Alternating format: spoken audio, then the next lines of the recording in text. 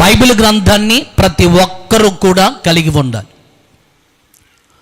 DL moody అనేటువంటి దైవజనుడు పరిశుద్ధ బైబిల్ గ్రంథాన్ని గురించి మాట్లాడుతూ అంటాడు కదా, the Bible was given not to increase our knowledge but to change our lives అని అన్నాడు.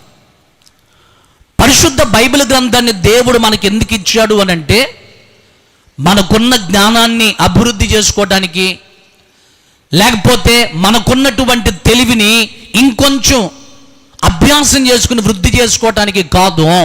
పరిశుద్ధ బైబిల్ గ్రంథాన్ని దేవుడు మనకు అనుగ్రహించింది మన జీవితంలో మార్చబడటానికి. పరిశుద్ధ బైబిల్ గ్రంథంలో ఉన్నటువంటి మాటలు చాలా శ్రేష్టమైనటువంటివి. ఆ మాటలే మన జీవితాలను మారుస్తాయి, ఆ మాటలే మన జీవితాలను బలపరుస్తాయి.